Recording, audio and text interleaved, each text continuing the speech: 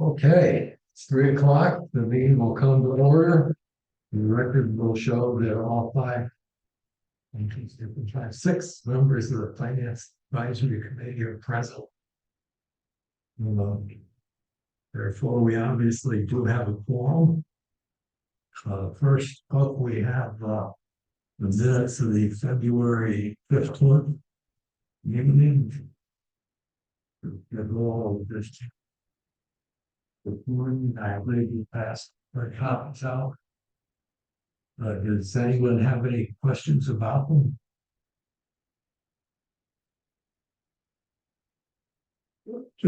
How did we leave the text like gov item in terms of in or out of the budget? Did we?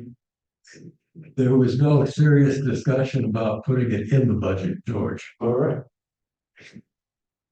So fair statement. I think that's a fair statement, and I have some items on my follow-up list to, but nothing in regards to the text might go. Okay, I think, George, my feeling on that was we're not adequately using the systems we have right now. So until we optimize and use all the capability of those systems, it does not make any sense to buy something new and bigger, shinier. Other questions about the minutes of the February 15th meeting? If not, the chair would entertain a motion that we approve the minutes. So move. Second, Nina, Jane, all in favor? The vote is 6-0.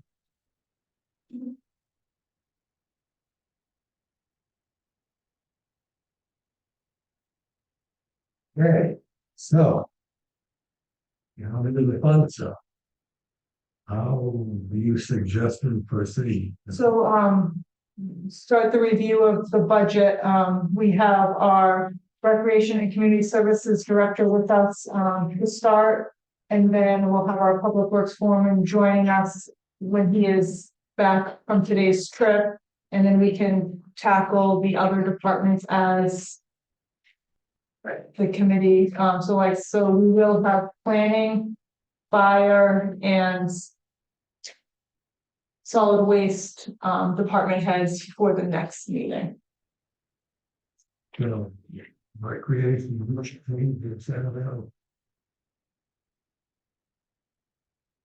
Just It does not have a page number because it's in a. I haven't found a way in Excel to number the different tabs when it's. But it should be right. read the back. Yes. Oh, my God. Well, so. Here we go. Thank you. You're welcome. Glad I could just. I want to say it's right before or after Public Works. Yeah, but it's not a rate, I mean, sort of, you know.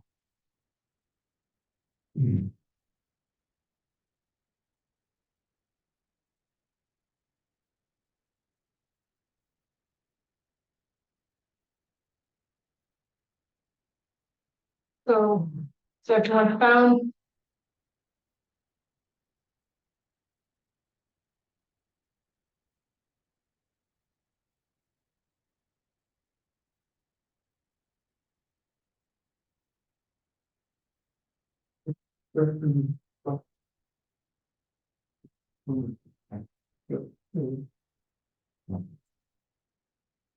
We ready?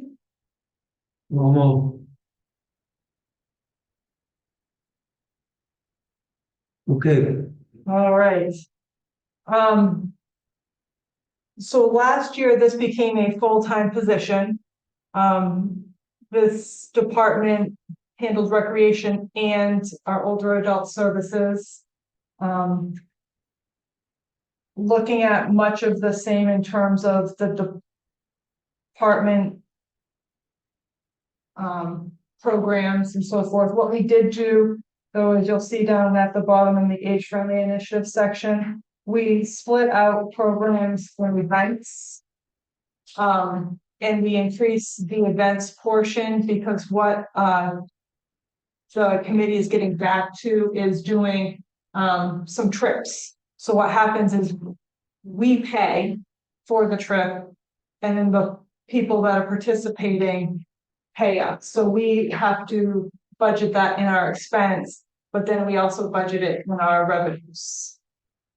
You have to help me, Nicole. What's the difference between a program and an event? Can I just say? Yeah. The way I see it is the programs would be more of the regular activities that take place weekly, like cribbage and bridge and those sort of activities, whereas an event would be more of a one-off. For example, last year they had a cruise trip along with the Bath Senior Center. So we collected registration fees for that trip from the participants, and then we had to write one single check to the Bath Senior Center. So we needed a way to account for the expense and the revenue on either side. Does that answer your question? Yes. Cruise in the Bahamas or? Cruising in Kennebec River, not Yeah. quite the Bahamas.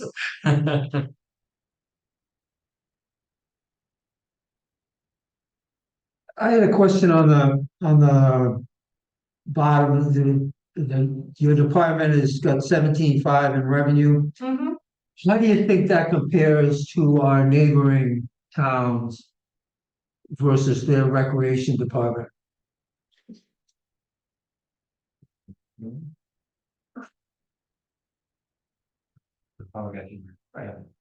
All roads can be. I'll be honest, I don't know. I've never studied other towns and what they're budgeting for, bringing in for revenues. I can't really say.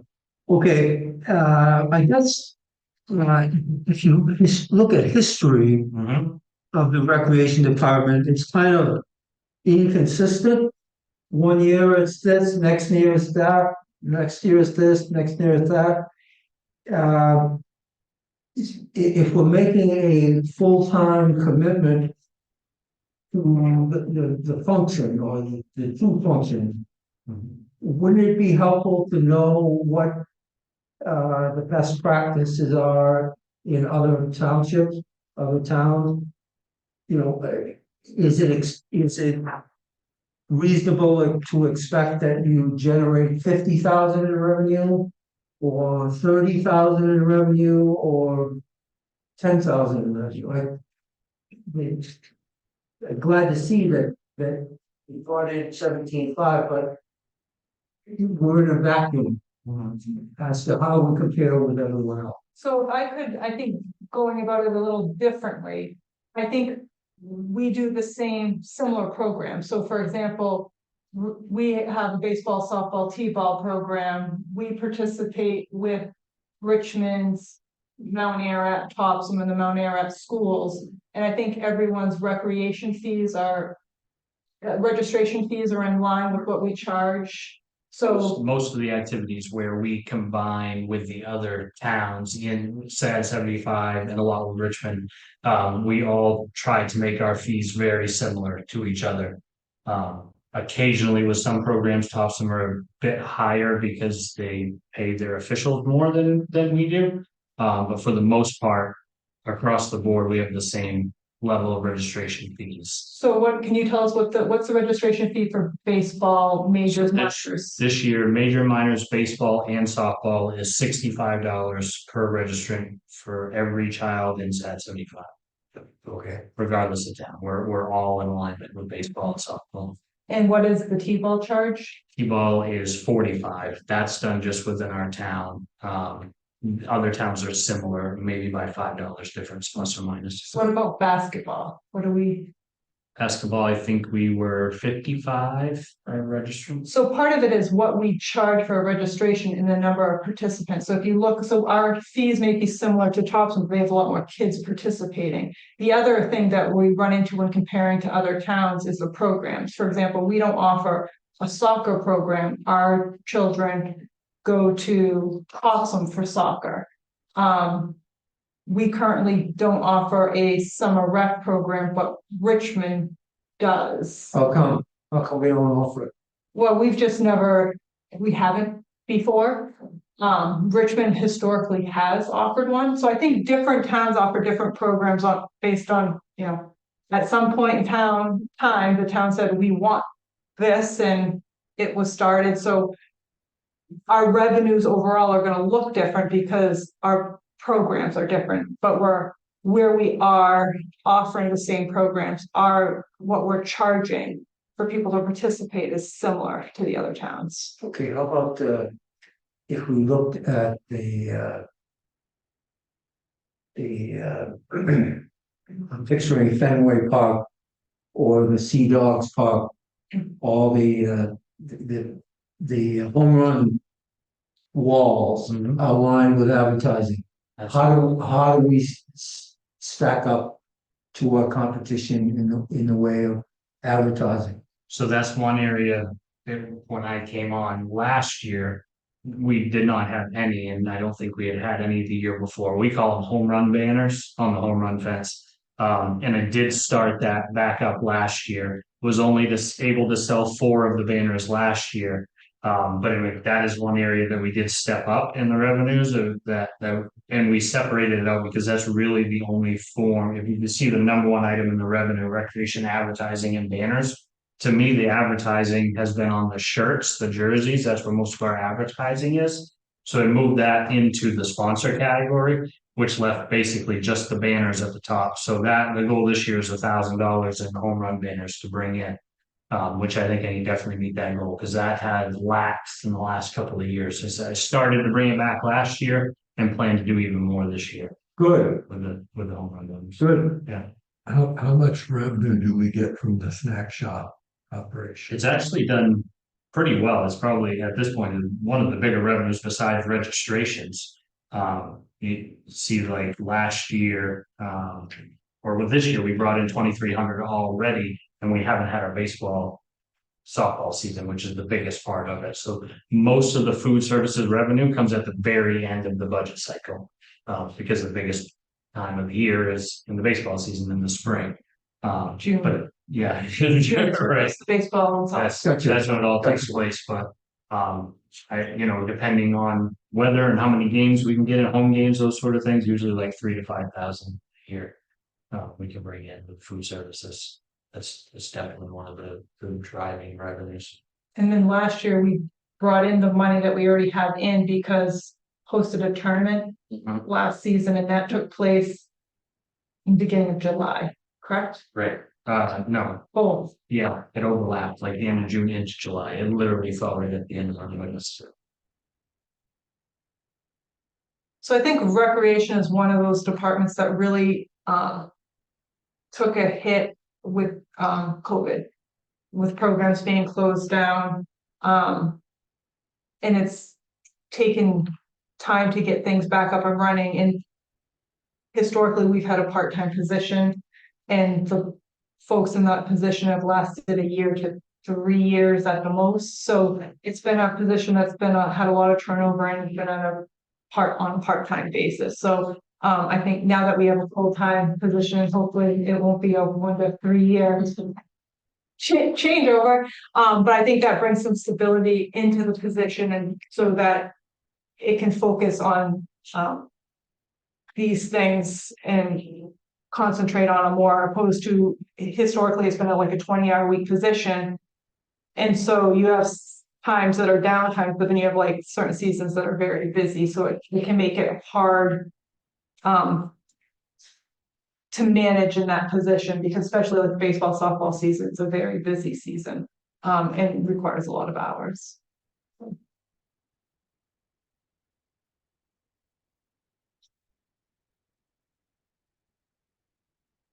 Well, I know on the public side of the ledger and on the nonprofit side of the ledger, the person out there running the show, there's an implied expectation that you're going to generate enough revenue to keep going, to keep your job. Sure. And I think that I'm not trying to be bad guy, but, Somebody has to, right? Somebody has to, right? yes, I think so. I think so, but, is 17.5 a stretch for you for this year? No, and the reason I say that is, and you might see that looking back through the Yeah, historic budgets, I've tried to make them more reasonable. I've tried to bring the numbers into a more reasonable expectation. I think some of budgets that I didn't make, they were pretty inflated on the revenue side. There was some really high expectations that were never met. Um, part of that showed up last year. I did the same thing, you know, it was pretty drastic. I brought the revenue numbers down quite a bit because they weren't realistic from previous years. So I've tried to get them much more in line with what it really looks like. So the answer is no, I don't think 17.5 is a stretch. okay. Is there room for growth in the future? I think so. Now, you know, having a year under my belt now and kind of learning the ropes of each of the seasons, like as Nicole said, it's kind of a roller coaster ride. You know, you hit these highs of the baseball, softball, t-ball season in the early spring, I mean, late spring, early summer, and then it kind of calms down in the summertime for a little bit, and then school kicks back up and these activities start again. Which is great in the dual role because it gives me a lot of time to work on some of the age-friendly type of activities in the low recreation seasons. But now that I've had a chance to learn how the seasons and how the programs work, I can better plan out how to increase the fundraising efforts and bring in more revenue. And how about the age-friendly stuff? What about it? But bringing in income, you mean? Yes, That one isn't such a revenue driver. We try to, with that group, we try to keep the activities as inexpensive and accessible as possible for everybody. They kind of, if you look at the, you know, the revenues versus expenses, they're close to a wash. It's very little cost to the town. They're pretty self-sustaining. They don't cost a lot of money and they don't bring in a lot of money, the things that take place over there. okay. You think that the people like me who are 75 years old, would they rather have the age-friendly services or would they rather have a tax cut? That's a good question. I'm not 75 years old, so that's a tough one for me to answer. I will say that I've got an incredible amount of positive feedback from since I took over this role from the age-friendly community or the older community, the committee specifically, but even from the general public. So I feel like they appreciate the work that's taking place and the activities that are available. Good to know. I don't see all their tax bills and how it affects them directly, so I can't speak to those. Okay. Yeah. Probably an unfair question. It's fine. You know, there are what, about 1,500 properties in the town, somewhere around there. Yeah, That even if you eliminated the 7,500, you're talking $5 a house. On average. ah, So it's not going to be a big effect.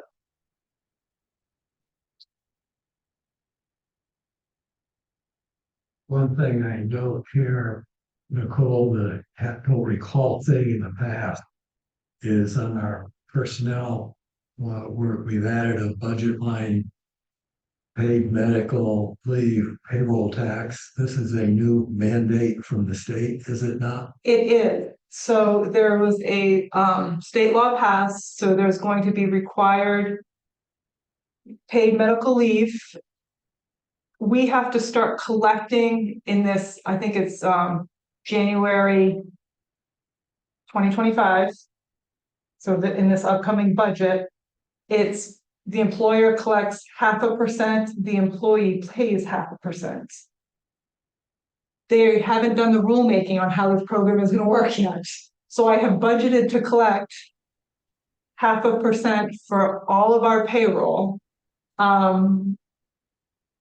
I think, like I said, the rulemaking hasn't happened, not sure how this is going to be implemented, how it's going to take place.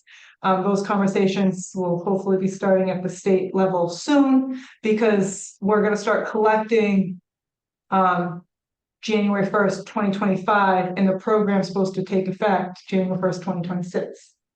So, it's something to be determined, but yes, that is, we do have a new collection. I just raise the issue or point out the issue here because, you know, we're gonna hear a lot about why our tax is going up.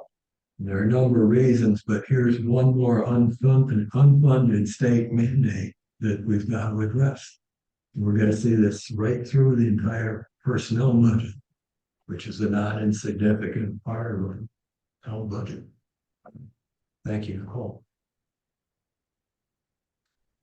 Any other questions for Jason while he's here? I apologize. I don't think I formally introduced you. I just assumed you've all met. Jason Lamero, who, those who don't know me, little late. I apologize. From a woman named tax, you better know who I am. Have you rounded up anybody for, playing ping pong yet? I haven't got any feedback. I said, I know it was in the newsletter. Peggy Muir is willing to champion the whole project. She is really interested in it. I haven't gotten any other interest from other folks yet, but Where would it be held? that's one of the questions, one of the things we're working on. It's not so much being held because there's places we could play, but it's storing that large table when it's not being used is a little bit trickier. Yeah, most of them fold right up. Yep, the one, we have one already, in paddles and everything, and it does fold in half, but it's still 5 by 6 when it's folded in half, so. Right. Yeah. You know, the fire station would be kind of a option, but storing it there would be a little difficult, so. School is great to work with, but accessing is usually only in the evenings, so. You know, not during school hours, so Right. we have to figure something out for that, but if there's enough interest, I think definitely should. Any questions on the capital expenses for recreation? I think last year, we were able to work with the school and the basketball courts and tennis courts Yep. were Yeah. completed. Yep, basketball courts and tennis courts are all resurfaced, repainted, new lines. If you haven't heard, I don't know where you've been, but there's pickleball courts now on there, which have been all the rage. Very excited group for both pickleball courts, lines being added and was heavily utilized the later summer and fall. And hopefully we'll be back out there soon enough. And that also included new drainage work around both of the courts. And we incorporated some into the middle field to drain in front of the third base dugout, which has been a problem area repeatedly with water pooling in front of the dugout. So we were able to tie in a drain in front of the dugout to tie into the new drainage to help drain that field, and that was working great. And the weather got it against us before we were able to finish up, but we want to incorporate that drainage onto the softball field behind that third base dugout to get that area a little drier as well. So there's more work to do, but we were able to complete quite a bit of the work for the courts last year. So is our relationship with the SAD regarding our sort of joint facilities, is that It's been relationship great. in good shape? Really, really good shape. Yep. Excellent. They've given us ample opportunity to use the facilities. Been completely open to any sort of upgrades, not just allowing us to do the upgrades, but helping and providing staff and materials to help with those upgrades. So it's been great. For the courts, we did the drainage work Yep, we did. and the school paid for the resurfacing of pools. And we had to do some work with the softball field that had been neglected. The softball field being the field, Purtell Field closest to the school, actually on the school property, which we have full use of, but it needed some attention, had been neglected for a while, and they were happy to provide materials and manpower to help me out with that. So,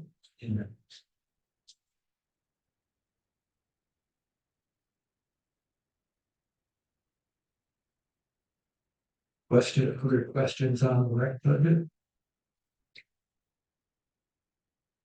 Thank you, Jason. You were very well. Thank you. Thank you. Welcome. Thank you. good luck with the rest of your session.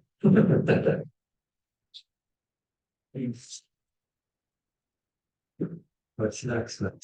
So, Toby Frizzle, our public informant, will be joining us, but he was looking at a truck in Massachusetts, so he is running a little behind schedule. So where would you like to go next? So we do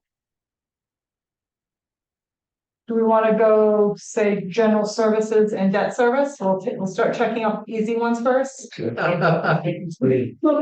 go easy until, we talk to public works and then we'll move from there. So that just puts us in order. So right behind the administration budget is the, general and debt service budgets. I had some questions on that. Yeah, Shannon. Okay, so we'll start with general services. I'll start by just saying, it has a minus 5,000. I did hear from the Historical Society. I do, and I apologize, they sent me a budget. I haven't had a chance to print it today, but they are requesting $5,000 from Mary Hall, as they have in the past. And I do have the paperwork for that, so we had on the schedule that we're reviewing budgets today in our next meeting, and then the following meeting, we do organizational requests. So I'll have all that information for you, and then we can, circle back to the Historical Society. We have to circle back for, Spectrum Generations and Light Flight as well. So we'll plan on that. Not our next meeting, but the following meeting. So otherwise, that budget, general assistance, there's no change in the general services budget from last year. How is general assistance been done this year? So far, it is going well. It is, yes. Last year we got hit in the spring with some burial requests. So far this year, general assistance is going well. I will say there is some legislation up at the state that could impact general assistance and not in a good way for us. I'll say Maine Municipal Association had proposed a bill to get our reimbursement up to 100% and added some things that would be helpful for municipalities. Well, the things that were added to be helpful for us were removed. Things that are not helpful for us have been added, and now Maine Municipal Association has been put in a position where they have to lobby against their own legislation. And so there's some significant, that could have some significant impacts on general assistance. I think to date, we have been lucky that our general assistance hasn't been hit as hard as other municipalities. General assistance is something that we're required to do. As it is now, we get reimbursed 70%. So 70. Has that changed over the past? and that's what we were trying to get, Like, so you see, we budget one thing, but then we budget a much lower on the revenues, because even if we, if we spend 10,000, we're only going to get 7,000 back, but we don't expect to spend that either. So it's really hard. I mean, I think we were lucky this year. We didn't have a lot of heat assistance, but we do have our heating assistance program, which has definitely helps with this as well. Especially for heating assistance, we'll run it through general assistance first, because general assistance is reimbursed up to 70%. And then if it can't go through general assistance, then we'll run it through the heating assistance program. heating assistance program that's funded by private donation. Right. Correct. And you know offhand the current balance. I will have to get that from Kelly. It's been healthy. That was the last I knew it was healthy.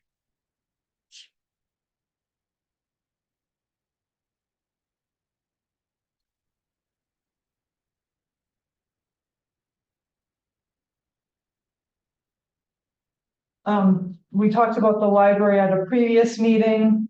Snowbird and Historical Society, I kept in the $1,000 fee for them, and like I said, the Historical Society is requesting 5,000 for Merry Meeting Hall. Okay, now on And the that helps to cover their utilities. snowbirds appropriation.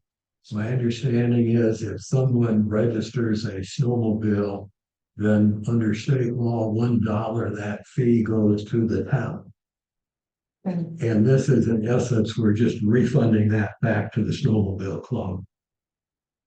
Is that, basically, yes. Yeah. So last year, so if we're bringing in 900, but we're giving them 1,000. So if we bring, but that's basically what it is, it is a state law and it goes to if there's a snowmobile club. And I think we're very lucky that we have a very active snowmobile club that does a lot of work. it's just too bad we don't have any snow. They didn't have a good season this year, but I think, historically, we have a great snowmobile club. They do a tremendous amount of work. And it goes to helping their trail maintenance and their outreach, so. I certainly have no objection to it. And then, any questions on general services? Budget? Denise, okay. Debt service. We have a big increase for the bond that I've yet to take. It'd be great if we could not take that full bond. Roads just went out to bid this week. They're due back March 19th, and then I'll know more about what we're looking for road work costs and maybe the possibility of not taking a full $1 million bond. Okay, looking at the larger picture, Mhm. The budget shows expenses of 4,200,000, which is a 348 or 349,000 rounding off increase from last year. We expected to get an increase of 237 in revenues, leading to a deficit of 111,765, which was passed on to the taxpayers to the tune of $175 for the typical taxpayer homeowner. I cannot get behind that. I've been saying all along that we're spending too much, we're borrowing too much, and we're paying too much. So one of the ways that we can cut is to sell the excavator that's costing us $31,378 in debt service. And another way is to, and I say that, and I've said it before, the excavator, it makes the backhoe loader that we have redundant. They're the same kind of machine, they dig a hole. So we don't need both. And if the documents show that we paid $250,000 for it, that's a lot of money. And as far as the $145,000 in additional debt service, I think we ought to consider seriously not doing the full amount of the bond work this year, particularly where we want to add on a new full-time fire chief. I don't think we can afford the full-time fire chief. I just went down through the list to try and come up with the 349,000 in increased revenues, to try and look for ways to cut that. And I came up with 280,000. Some of which is the excavator sale and doing half of the road work. And then carving back some of the increases in salaries and instituting incentives for folks like Mr. Lamoureux. $70,000 is a big salary. And it should come with some expectations of kind of paying his way by bringing in business.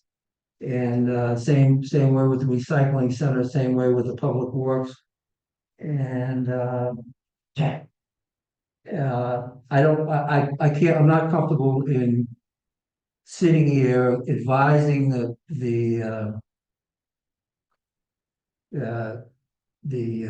select board that we ought to increase taxes when we don't have to. And to continue to provide services to the town people.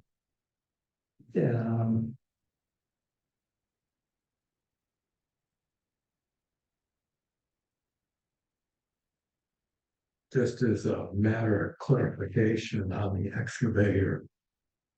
That's got a bunch of funky attachments to it. We use it for tree trimming and for some other things other than just digging trenches.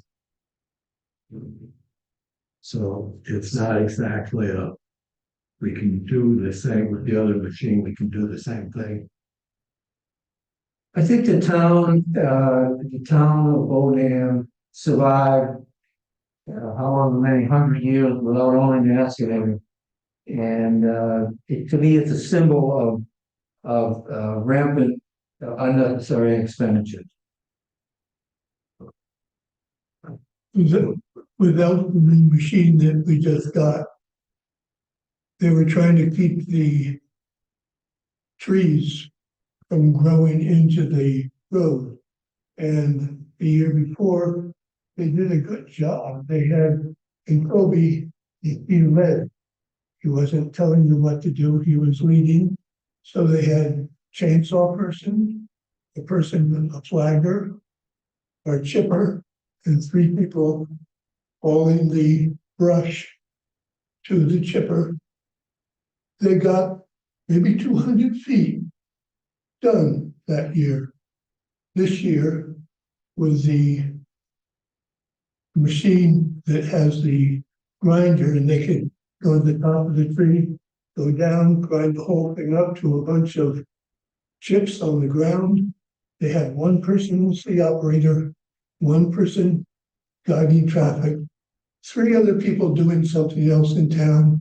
Those 2 people did several miles of the Ridge Road, which was whenever 2 trucks tried to pass, one of them would wipe out their mirrors. They had to go in the center of the road to keep that damage from happening.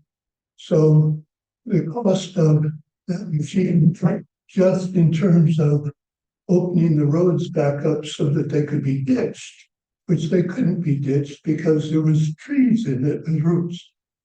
So that has made a huge difference in bringing the roads back, and having the roads brought back helps the paving last longer because the water has a place to drain off and not be it in fall. So if we're going to sell one, it ought to be the old one that doesn't have that machine that can grind up. So I'm for that. I think it saved the town money. Instead of 200 feet, it's quite a few miles. It's making a big difference. And I don't dispute that, George, and I think I've been the benefit living where I live. Toby has done a great job on Browns Point, great job on Fork Point Road, taking the trees out and digging the ditches. So I'm just trying to. This is the first time that we've seen what the impact on the taxpayers are going to be, and it's $175 extra. And I'm trying to say that we ought to look again at the budget for if it ain't the excavator, it's the old excavator, fine. If it's something else, fine. But we just can't continue to grow the budget of the town 20% a year and grow the debt pile 20% a year because it's unsustainable. We're gonna run out of money. I think what I read is that the projected is 3.56 in this packet. Increase. Not 20%, 3.56 is what I saw. $175 per taxpayer. Which was 3.6%. Okay, I just, you used the term 20% and I take objection to 20%. If you look at the last 5 years of the town's budget, it has increased 100%.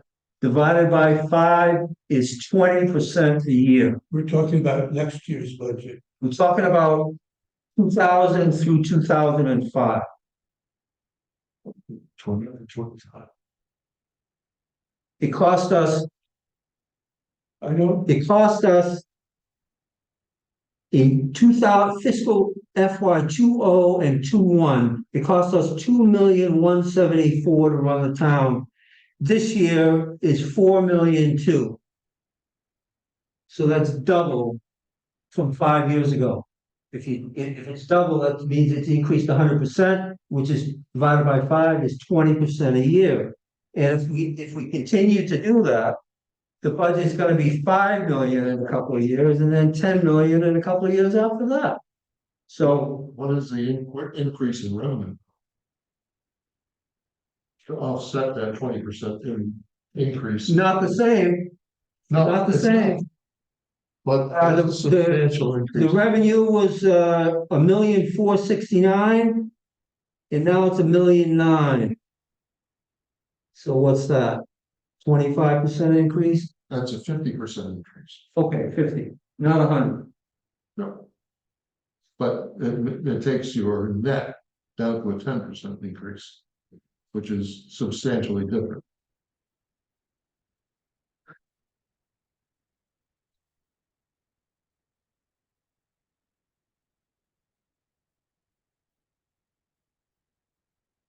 Yes, to your point, I mean, we've had some departments that have grown substantially in terms of capital reserves has been a big area in just the last 2 years.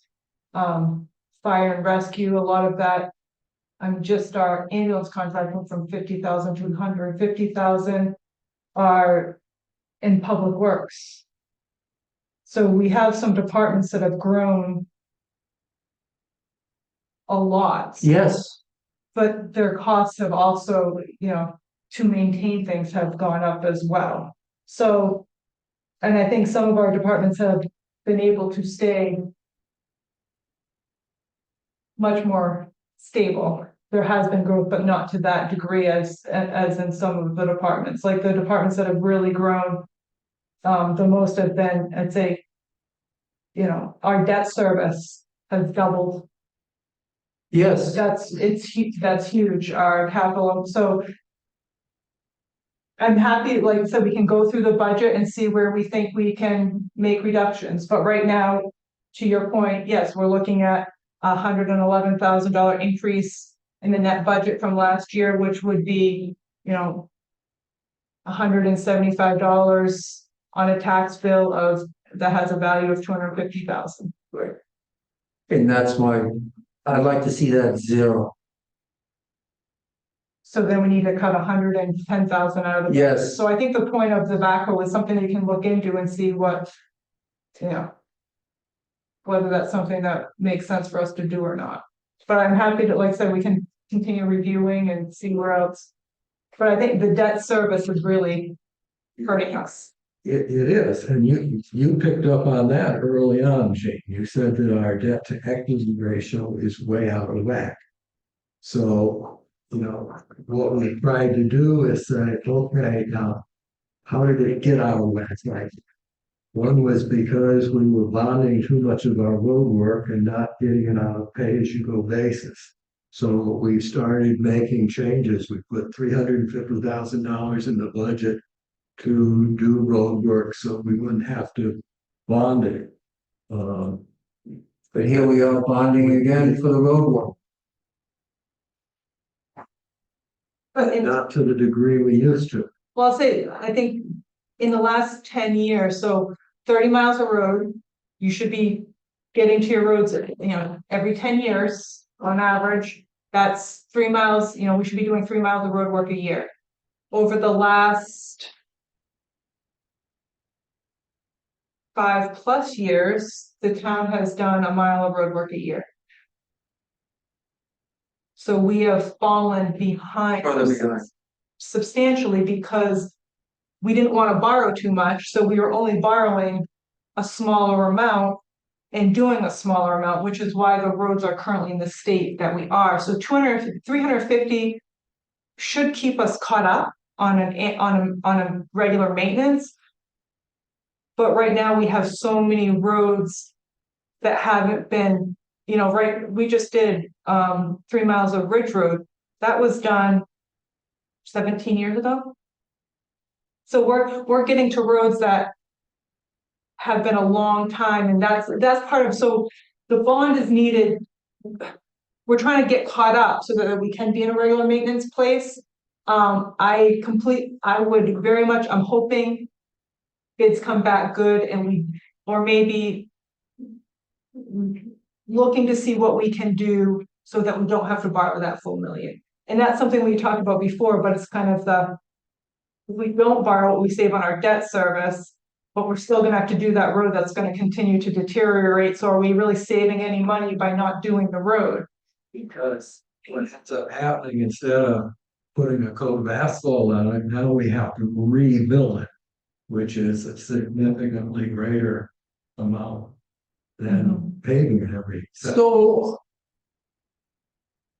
So maybe I ought to fade into the sunset and wait for my tax bill to come up. Because that would be a hell of a lot easier than going through this. And I made arrangements to pay more taxes going forward because I truly want to stay in Bodenham. But I'm not the only one. Look on Facebook when this guy Michael Smith. There are other people who aren't unhappy about the taxes. So, and this guy told me that we didn't charge enough taxes back in the old days. And maybe I'm guilty of that, but this is Maine, it's the winter. Get 4-wheel drive. You know what I'm saying? People squawk about the certain roads in town because they're gravel. And they were gravel when they moved there, and they're still gravel.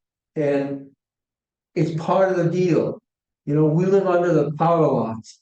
Did I worry about living under the power lines when I moved to Bodenham? Yes. But I made the decision that I was willing to live with it. A lot of people are making the decision after they move in that they don't like things. So I am said my piece. I've said my piece. So move on.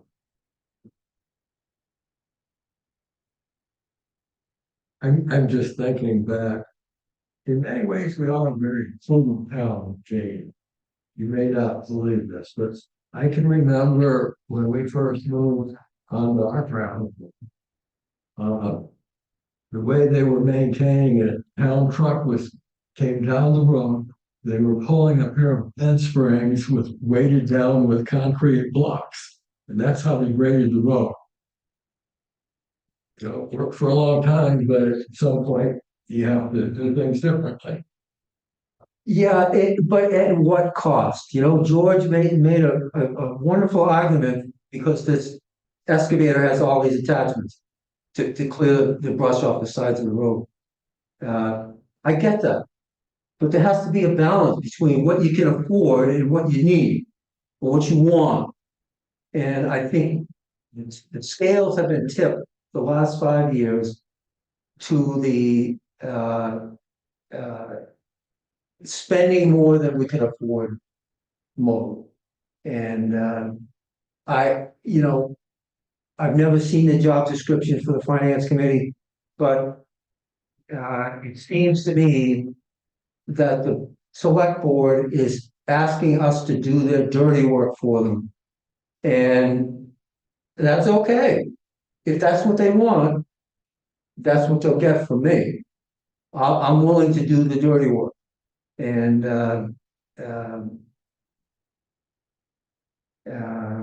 because I think that's why we're here. The select board didn't want to deal with the salary increases, so they put it to us. And they don't want to deal with other things that are politically unfavorable. So I'm not a politician, and I don't care what people think about me. I try to do what's right for the town and for the taxpayers. And if that's bad, then we'll. No, that's not bad, Gene. I mean, we all bring different perspectives to things. And I've always said, everybody that served on the select board when I was there, and everybody who served on this committee when I've been involved in it, everyone has the best interest of the town at heart. But we bring different values and different perspectives. And somehow we try and come up with a balance of them. Yes, yes, I'd like to see that.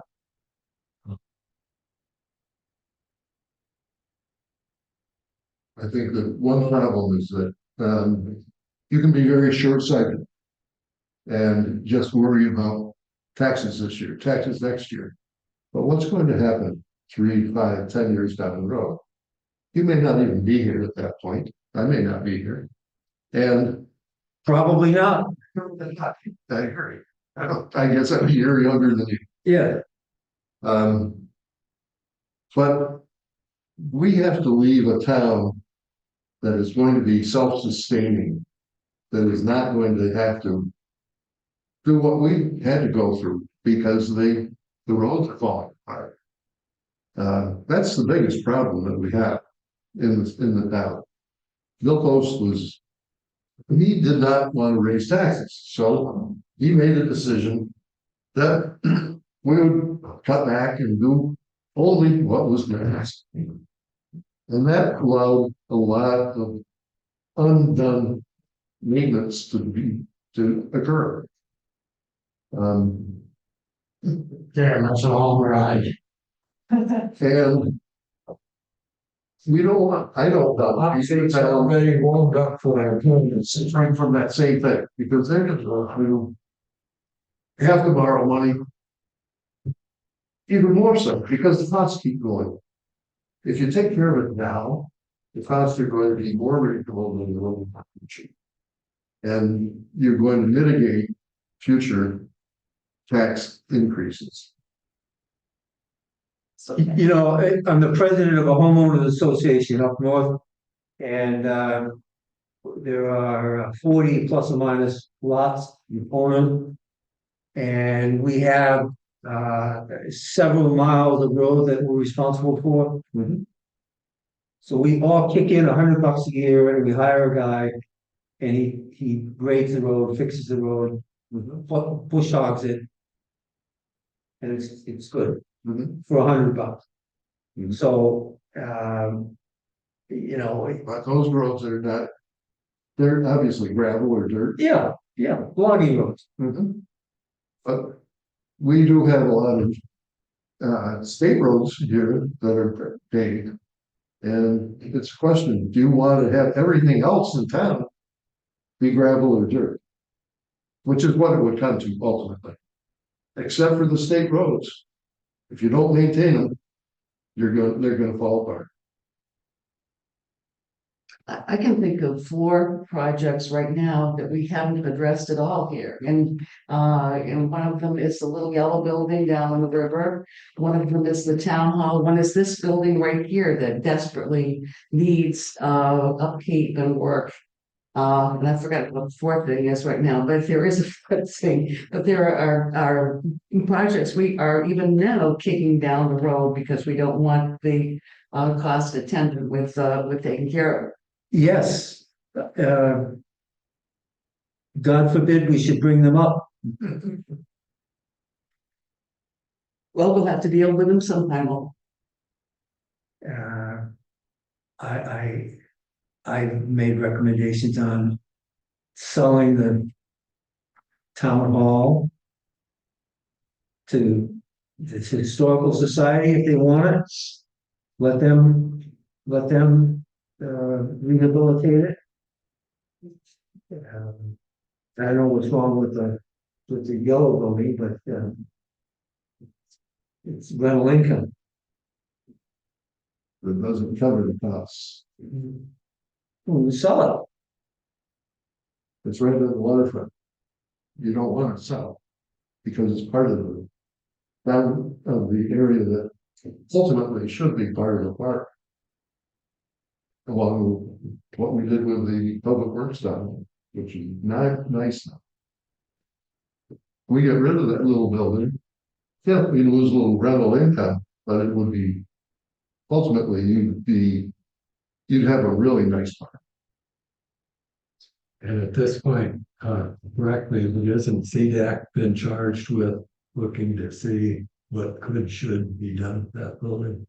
So, our Community Development Advisory Committee has looked at it. It's something that they've dusted off. We've applied to for a FEMA grant to do a study on the building for what it would need for upgrades, a planning study, because of where it's located, and then what would be needed, what are some estimated costs for some different uses and what could be done.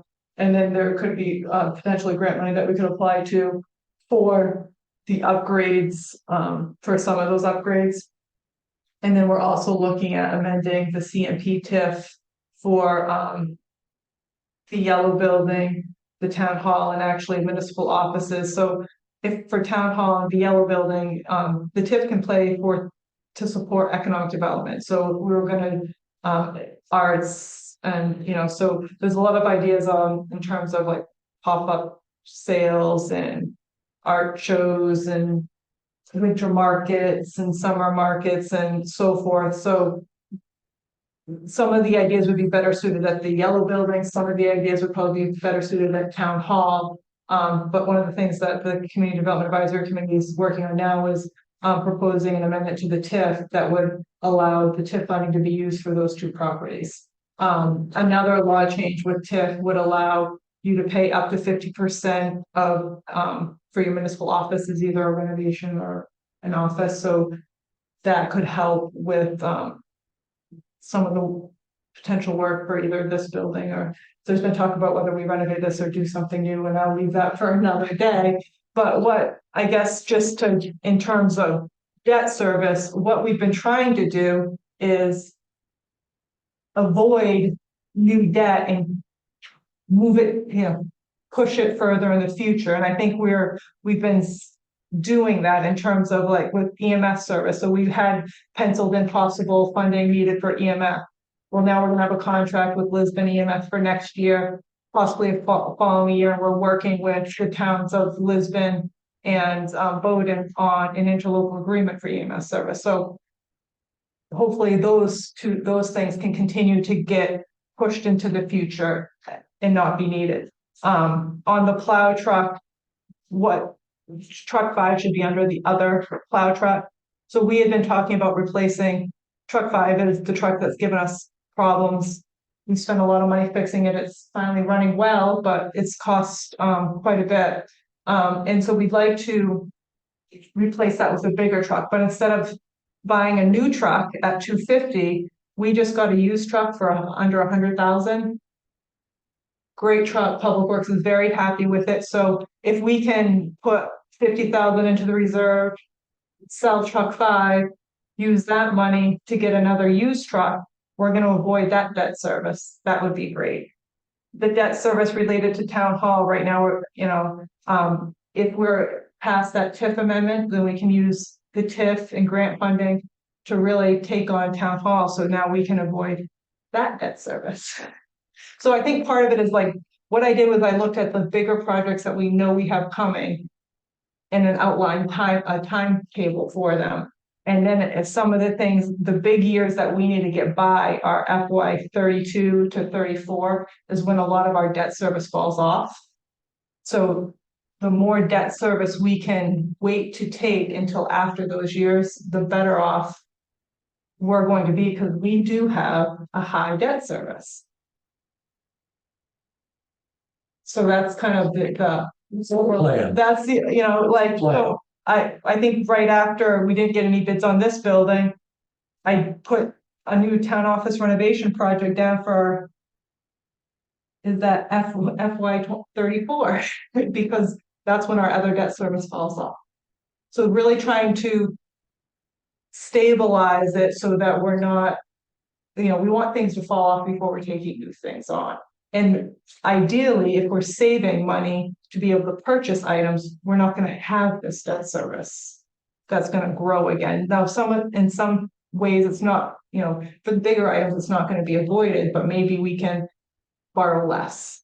And if we're just borrowing for bigger items, but we're saving for and paying for the smaller items. And I think but it's turning that corner. And I don't want to blame anyone that's done anything in the past, because if the goal in the past, well, it just depends on the goal. If the goal is like, we want to keep everything a certain way, then you do that, right? So you're doing what's directed and you're keeping everything flat. And you're not dealing with other things because your goal is, so now we've come to last year, this year, the last few years, and we have a lot of things that haven't been addressed. We can continue to not address them or try to prolong them, and I think and I think there's been a change too in what we've heard from folks and what they want to see.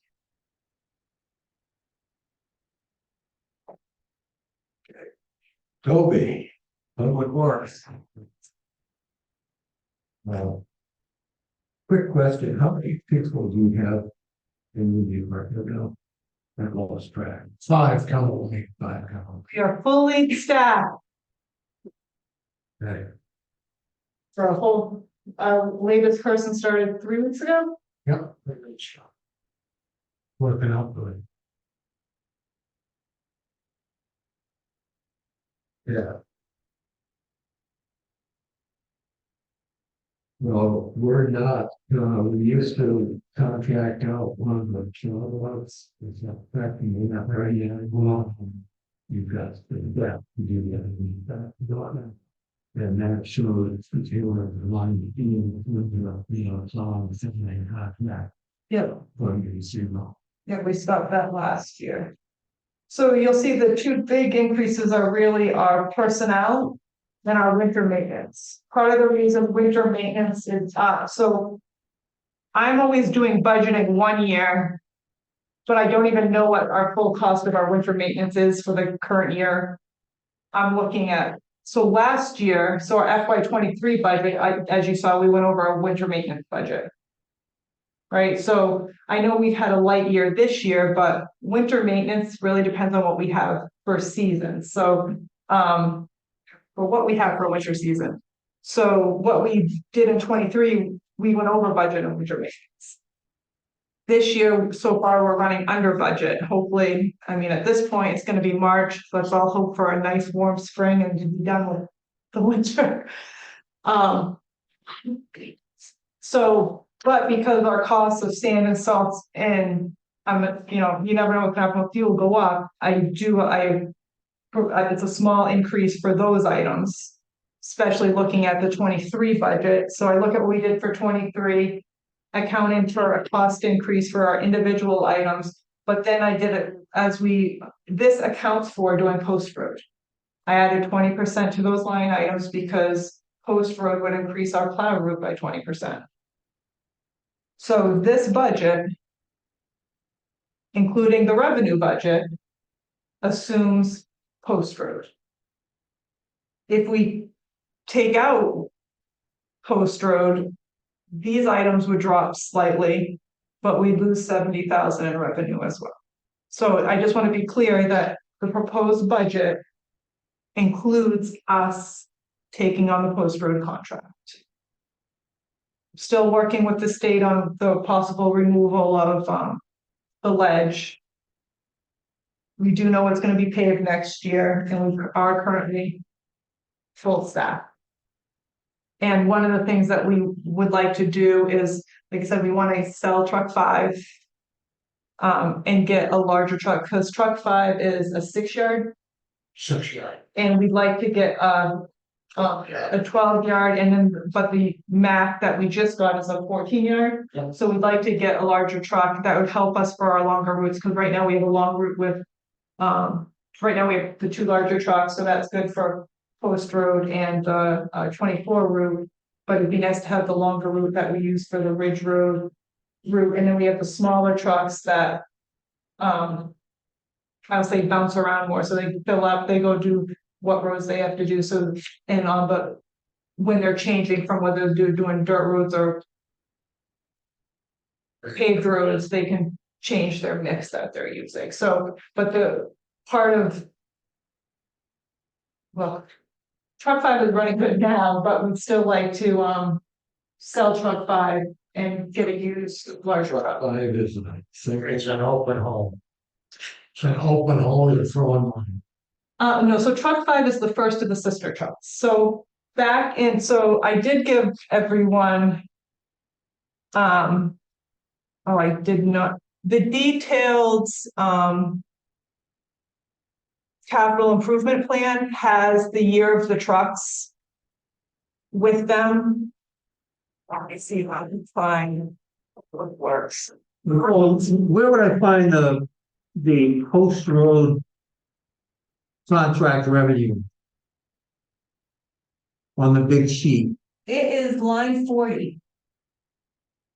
So glad someone had to number those. Snow and ice agreement, MDOT, Yes. thank you. 73,000.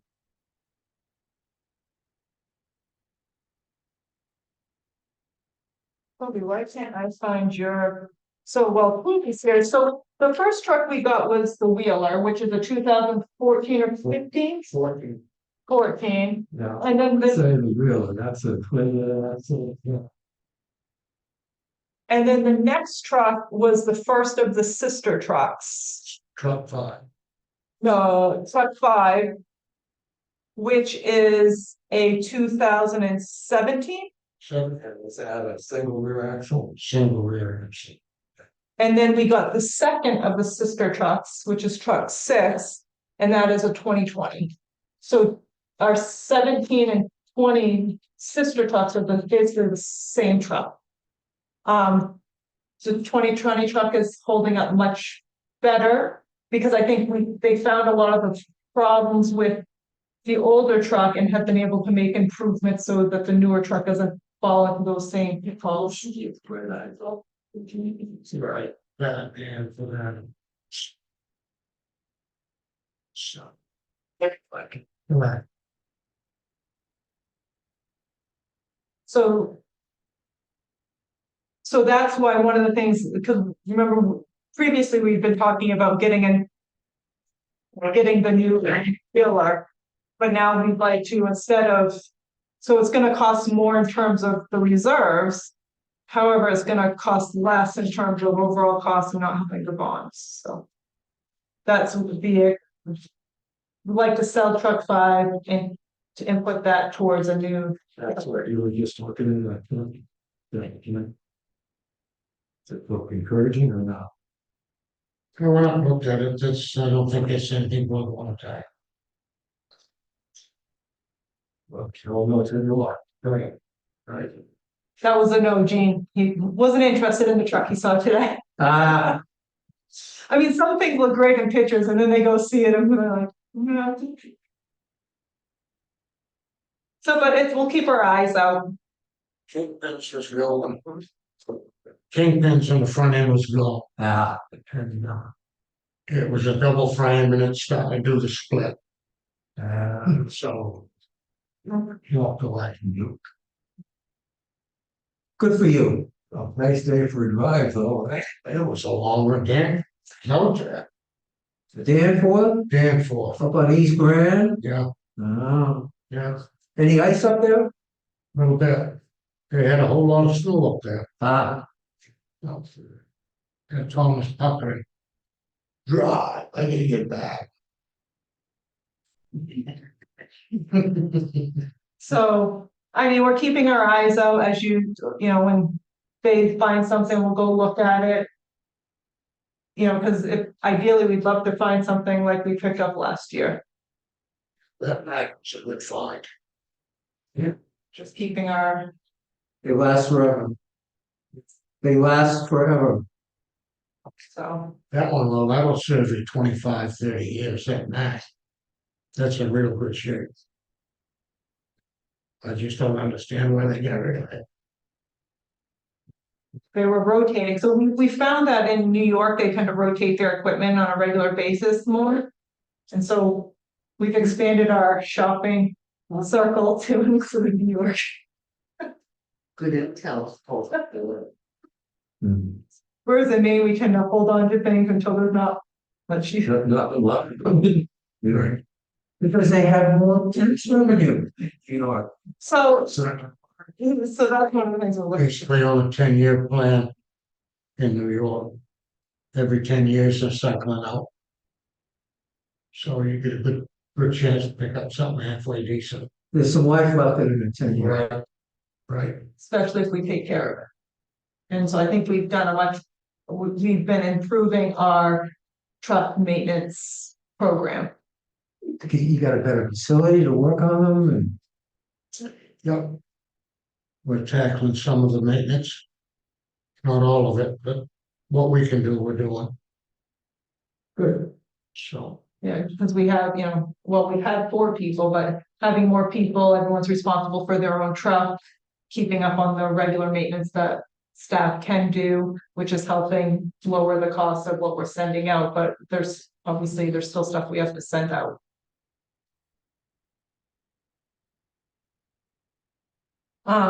So really I think those are the big changes in terms of public works. The things that were slightly decreased, I'll say, are the paving and surface maintenance and ditching and gravel. I think we've had really good goals of doing a lot of work in those 2 categories, and partly staffing, we haven't expended the money in these 2 categories. this is the staffing, this is definition. Right, and we did do it last year too, so part of it is, I think this year with the paving plan, we definitely want to get roads striped. But between this budget and next year's budget, we should be able to do a large portion of the striping. So those are the 2, areas that we reduce the funding in. So we're just basically changing ditching and gravel from 30 to 25. As you've seen, I mean, we're doing a lot of work, but we're not at that 30,000 level yet. So we're still gonna be able to do a fair amount of work.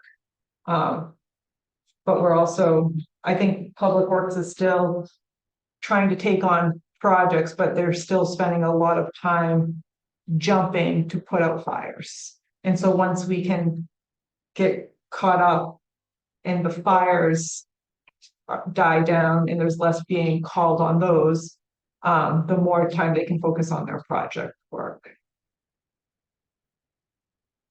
Now, the striping, do you do that in-house or contract?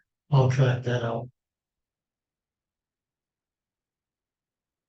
So that's something we wanted to do it last year. But we also knew we were gonna be doing overlays, so it's like, well, you want to stripe if you're gonna be paving on top of it. And we were late in the season, and so just trying to get it scheduled. Eventually, I like to do loss and no crosswalks. Myself, so that we don't pay for it and buy the things straight up. And a year or two ago, we did a lot of work with tar on the cracks. Is Kathy, do we need to do another round of that or? I think part of the issue is are the roads that we didn't crack seal are kind of beyond crack seal. Way beyond it now. But yeah, that was the other thing that we had been doing, because we did do a round of it. We're doing, the plan is to do surface coats on the roads that hadn't been, got their surface coats, but those did get cracked sealed 2 years ago, was it now? But I think if you look at the roads that we have left to do, they're Beyond. unfortunately, yes. You get too much alligator cracking, then if you got too much rubber trying to seal all that up, when they go over and pave it, it bubbles. And the freeze thaw cycle we've been going through as well. It's- I mean, this is as early as I can remember we've ever poked the roads. In January. Yeah, well, and actually, that's when the first, we've always got like a thaw, but not to the extreme we had the last couple of years, because it hit us last year too. So we're like, okay, well, this year, and now, we talked, it's like, maybe after the roads freeze the first time, we'll just post them, and they stay posted for the winter until. We've been getting the hardest time. Safest way to do it, that way you get the phone call and ask permission, so. So how are we doing on sand and salt? So my shed is full right now. Music to my ears. Yes. Yeah, I called in for the sand, I called what I needed for salt. And we just topped off the barn. And that's how we started this year too. Where are we getting sand from now? Country Fair, No, that's, Where do they get it from? Sabatis Pit. Crocus Pit, the Sabatis. and the salt we get from Morton Salt through the Portland. Governments. They bring it up by barge from Louisiana or something. Yeah, it's all barged in at Portland. You used to see the big piles of it in the spring.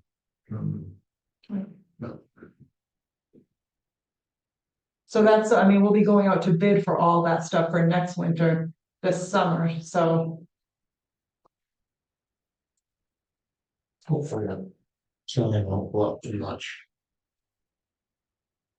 On the winter diesel, why is the request for next year 42 when this year was 20? Is the price going up or are we using? Right. Actually, when we ended 2023, we actually spent 30,000 at diesel that year. So I think our costs are going up. Yeah. Well, your trucks are on the road a lot more now. Yeah. So where are we at right now? I can go ahead. Equipment's being used.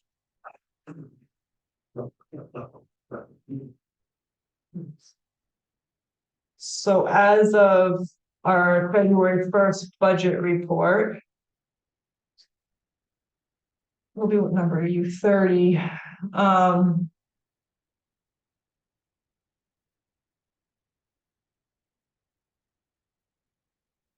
Winter diesel, we had spent 10,000. And we're probably due for because I was looking at when our last load was, it was a while ago, so we're probably due. You topped off again. Yeah. And that's usually what, 5,000 more. It's a little more fun. How big's your tank? That one's 1,000? 2,000 gallon. We have a large tank, so it's very expensive when we fill it. So does it still look as though I Yep. use diesel fuel for my tractors and it's dropped from last year substantially. So it's off-road, but Yeah. I still wondered why it was so much more. Well, so like I said, I did a so. I increased the fuel because, like I said, last year. on 23, we spent 30. Right, and then I'm increasing for Post Road, but I also know, so our diesel prices might go down. But they might not, and that's something I don't bid. So when I'm budgeting, I'm looking at what we used, I'm factoring an increase, assuming the cost of the commodity is gonna go up. And then we did a 20% on top of that for Post Road for mileage. And that's at February, there's 10,000, if it costs 10,000 more to go again, we'd still just be to 20. Well, We've also had a light year this year, and if we're not using it during winter maintenance, we'll be using it in summer maintenance. I mean, our trucks are running, they're doing work.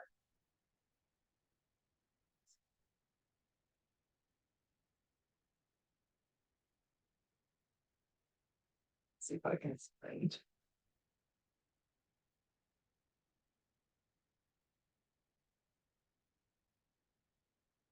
Just gonna see if I had an end of year report.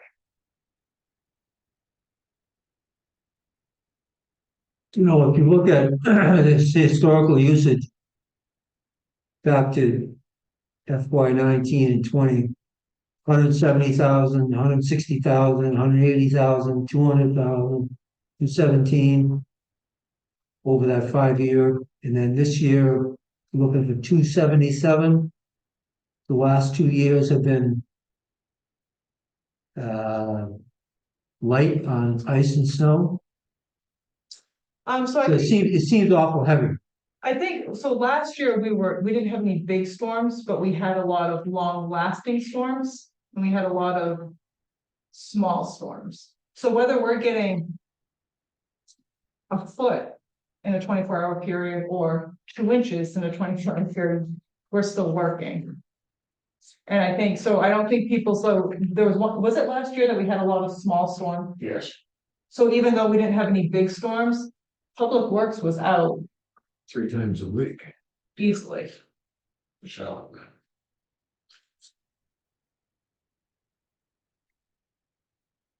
And so this year, we've not had the snowstorms, and I think that, that comes and goes as well. If we had a light year this year, I kind of. The heaviest It's a lot next year storm, to bring. the heaviest storm, believe it or not, clean up better. The lighter storms are the ones that drag you out.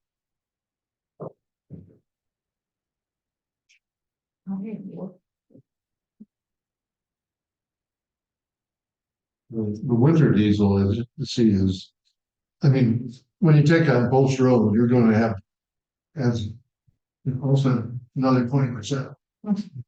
So that would take you from 30 up to 36.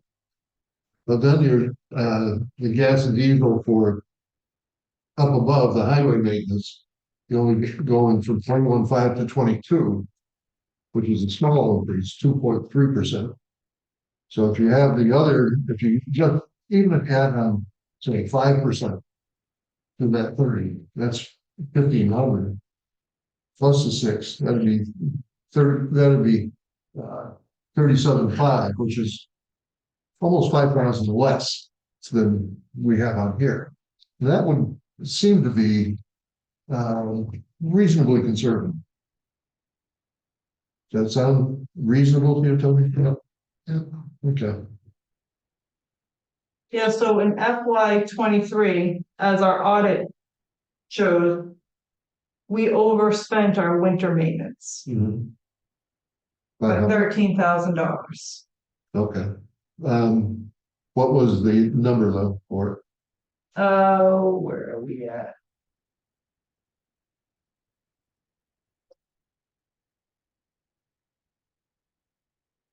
So that's this year. So we had budgeted 209.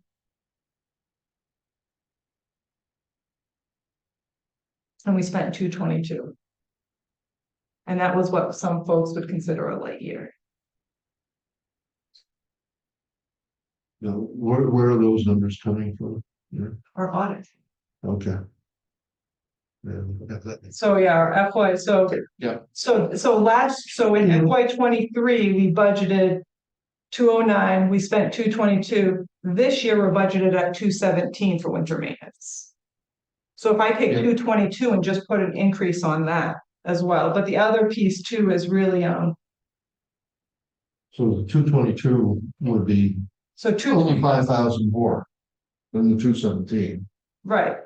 But that's a year ago. So Right. that's, so in our sand prices, our salt prices, our prices, They've gone up significantly. they all go up. Yep. And so while it, right now diesel might be less and we can try to call and fill it up when we have a lower price, because we're on we're at capped at a price above rack opposed, and so a lot of places are doing that now because they don't want to give you the form price because it's so, Yeah, slippery. yeah, and so in that way, everyone's sharing in the risk, I guess. We won't have those prices until the summer when we go up to bid. Yeah. So that's part of it. If I'm looking at a year ago, I spent 222. This year, I'm looking good because we had a good winter. Right. But if you have a 222 from a year ago, you have increased costs, you have any kind of normal winter, and then you're adding post road to it. Right. So post road, again, that's another $6,000 at least in the, just the diesel, Yeah. plus more sand and salt. And sand and salt, yeah, you have that going up by 25 grand. Where's my there? Yeah. I'd like to look at the actuals and the, So if I just took FY 23's actuals, it was 222. So I'm just gonna round up for 225. sure, I'm gonna add 20% to that. That's 270,000. And that's what And I'm at 270. that 20% would be 44, that'd be 265, 225 44. times 1.2, 270. Okay, so you're close. So I'm budgeting 7,000 over 20%. So Could you live with 270? I can, I mean, we will do our best to be within budget, just be aware that depending on what winter brings, will depend on where I stay within it. No. I mean, that's really the truth of the matter. So I try to, well, it would still be easy to knock the total down by about $5,000. And I mean, that'd that's give where we you a wanted to, little cushion. How was that? we want to take 5,000 out of winter maintenance. Yeah, when, yeah, somewhere, it doesn't make any difference really where it is, but if you take out -5, so.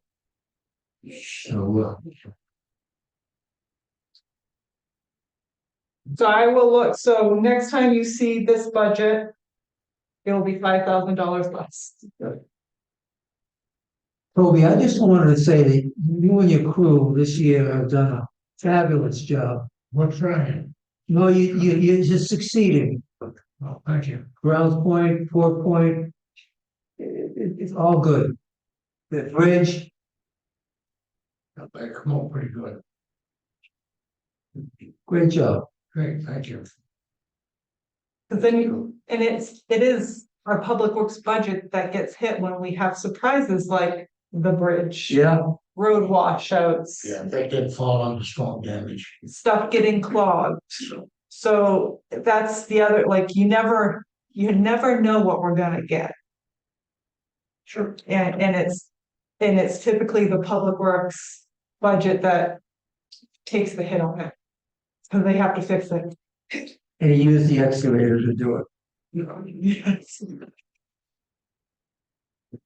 But I think your point, Reduce this. I think we will have a talk about the backup. I think I don't know enough, so I'd like to have that conversation with Toby on whether that makes sense. I mean, I'm not. And we'll have that conversation. Great.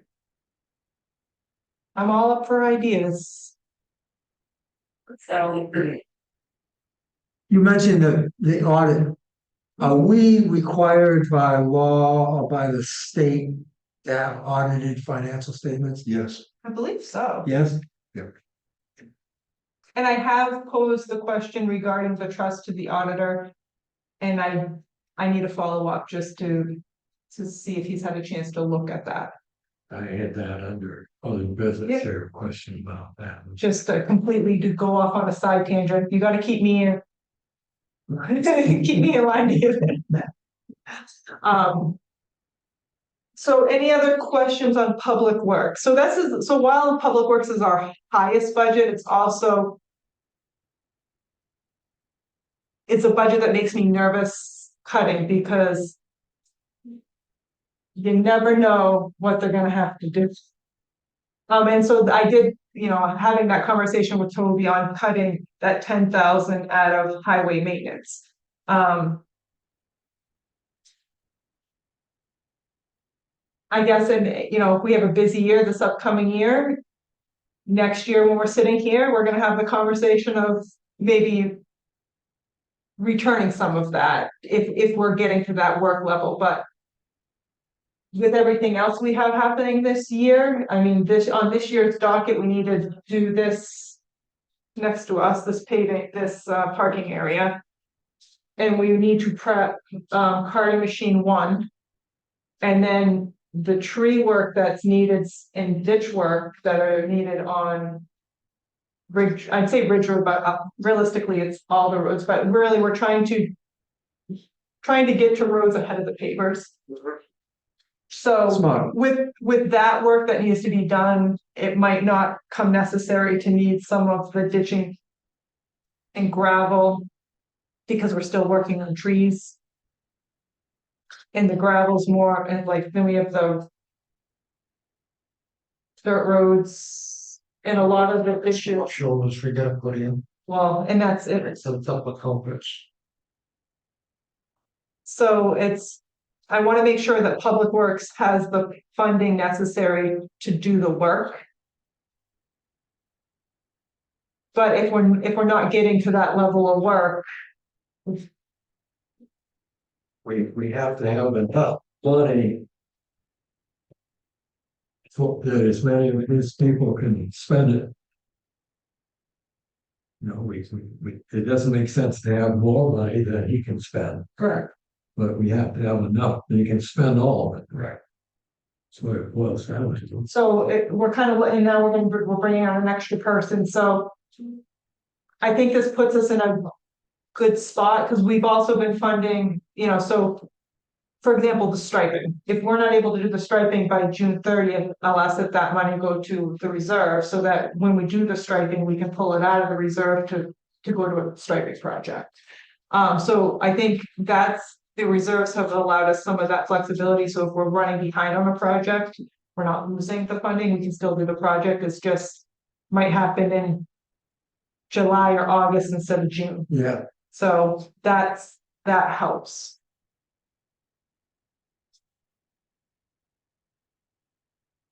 Any other questions on Public Works? On their operating budget, any questions on Public Works on the capital budget?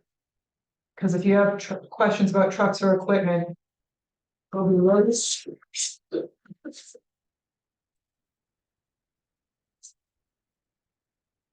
You think you guys could construct the egress for the recycling people?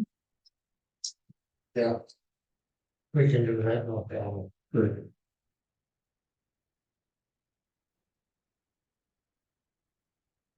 Everything but the paving, Do you have a striping machine? we got an airless sprayer. Airless paint sprayer, You do? yeah, we got a generator, airless paint sprayer, we throw it on the trailer. So we got the templates for crosswalks, we can lay them out and spray. Nice. That's You what, don't need Pine State, right, are they still around? no, No? no, we're using Oh. I ain't sure what his name was, I did it's Shaw. I wanna say White Stripe, but I don't think that's it, that's just the only one, yeah. He's up out of Chelsea area, I think it's Chelsea. We use him for striping the streets. And he has done the crosswalks for us. For the cost of the paint and spraying them out, we can spray them out. We can do it overnight. Good. It'll save us a lot of money there. There's a lot of things that we can do cheaper in-house if we have the equipment and time. So I think that's now that we're getting, starting to get more caught up, there's more of that, like the bush hogging, doing that in-house and. Yeah, there's no more street mowing. That's over. The old landfill, Mhm. and we push one back once a year. Yeah, Brian does. We've got a tractor, push on it. Did we ever put a gate back up there? I think we got stolen with a truck. We found where it is. Yeah, no worries. We've got, Is that the department issue or? I don't, I probably go talk to someone to get back. That's if he's back home. We can do it. Well, so the foot hogging would contract out, then No, We Not did anymore. contract it out. Now we've got a tractor. now we're doing it in-house. Got a tractor with bush hog, we'll be doing the septic, we'll be doing the trail system out back. We're trying to pull this stuff that we've been contracting out in-house, because we can do it a lot cheaper. So what else do you have on your wish list for new tools or equipment? I'm gonna hold off on that for a little while. What about the impervious area? The capital improvement program. so that's so we want to, so originally Public Works was designed to be bigger. And we'd like to increase our footprint so that the parking lay down, basically get that full impervious area back, so there's more room out there. And so part of that is, though, is we need to get that permitted to be able to do so, because it's going to take a stormwater permit with the state, because we have an existing stormwater permit there, and then planning board permit, and then we could do then it's something, once again, that Public Works could do in terms of hauling gravel and grading to expand that, so that there's more room for the storage of all of our stuff. Because the other thing that I think we do want to talk about is we've got some, what are those boxes, Connex boxes. So then I've got 2 40-foot from. And what I wanna do in that impervious area is make it so I got some stockpile of gravel, crushed rock. So we have it on site. Move those Connex boxes back, put a roof up over it, like park some of this other equipment. Undercover. Because they make, I'll say, tents that can go on the Connex boxes to make. Basically, I do it. Shazzy Gill did that, Yeah, So that's something, pretty smart. yes. we can get some impervious area, then we can get that type of structure, and then, because right now we have a lot of equipment, right? And some stuff needs to be kept inside, some stuff doesn't, but we'd like it to be undercover. But right now, there really isn't area to do that. But I think just permitting wise, we're probably 6 months out. And then depending, and if it's something that Public Works can do, it really would be the cost of gravel. So would the impervious area of the new one be concrete, like the adjoining Public Works garage with the heating units going in? So if the roof was ever continued, it would. Oh, no, so we're just looking at the, I'll say parking area, not the building. Just in the expanding the gravel area. So it's not next to the building at all. Well, Correct. correct, so All right, So this is like the building, so Or here's our building sitting on our impervious area, we want this to go out further. So we have more area for storing things. does that end up nudging where a projected um, transfer station might go? In the future, if we wanted to build more, so basically if we have the impervious area, we have more room out there. What's there now? It is a drop to just ground. And we have, I think, so many feet before there's a wetland fingertip, but we can fill up to a certain amount of that before that triggers permitting as well. We've already done the vernal out there, and we've already done vernal pools out there as well, and all the topography. So all the machinery that comes out of the back side of the public works would go around the building, and the impervious area would, they would have passage at the end of the building, and then the impervious area would be further. It would be further, so right now, I mean, cause so like, you know how we have the building and it's a parking and then we have the sand salt garage. And on the other side of the sand salt garage is like a 2 foot, 3 foot path, like walking. So we want that to go out so that that level area continues out past the sand salt garage. Cause then that's probably where we'd end up putting equipment is behind that with on the other side of that, but I have a plan that I can show you what, you know, what it was originally planned to be in terms of, I'm gonna call it parking, like a parking area. So that was on the capital improvement plan for this year, but we haven't got there. So if you looked at the one pager, it's not on the one pager. But if somehow we were able to make progress and get permits and start doing stuff, then that's something that Public Works might be able to start within its operating budget or before we needed to ask for money to finish it. Just something to do in your spare time. Trying, It's great, people learning to use equipment. trying to. Okay, I don't want to make you that speaking, so that's what I use it for. A little bit of training. okay, are we set with Public Works now? Any other questions? Thanks again, Toby. Thank you. Okay, keep up the good job. You know, does that take us to review estimated revenue? No, I'm sure we can review, nope. You can have it. Okay, good. So I guess that's up to you. Would you like to do revenue? Would you like to look at any of the other department budgets? It's 4:45 on the agenda. We have looking at estimated revenue. Okay. Not see our reason to change things here. So I'll just. The only change I made on estimated revenue Okay. from our last meeting was that I added in the contract for DOT for Post Road.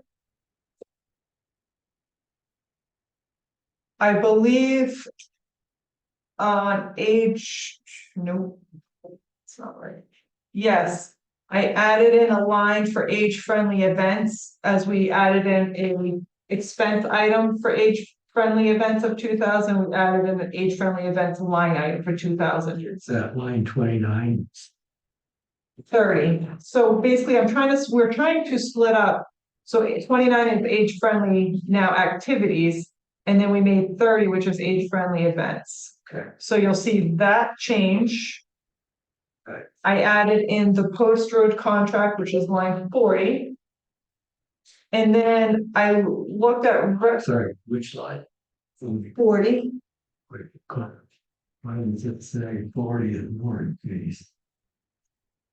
Mine is wrong page here. You should, the bottom, 42 is more. it should be, 40, the bottom date should be 2/26/24. 24. Oh, I'm looking at 210 twice. Well, You have one in your packet from today. For today's meeting. what I had. Actually, I just, question on interest on taxes. You're subjecting 10,000, which is 15 less than last year. Correct. I wondered when the new interest rate of 8% kicked in or kicks in. It kicks in. We're paying 8%, Recharging. 8% now. They're paying us 8%. Yes. So wouldn't it, wouldn't that bump up the, No, so I think the reason that our interest that we collected was so high in FY 22-23 is because we foreclosed on 4 properties that were in long-term, all right, hadn't paid. and that won't reoccur? No. No, Right. so we collected a lot of interest when we foreclosed on those properties and sold them. But whoever is out there not paying us 8%, tacked on. Correct. Thank you. Yes. And so that would be more in line with what we used to previously do. And I think we made a really good, there was a good push that people were getting caught up. I'll say the board ended up waiving several foreclosures this year. There were folks that hadn't been on the list previously.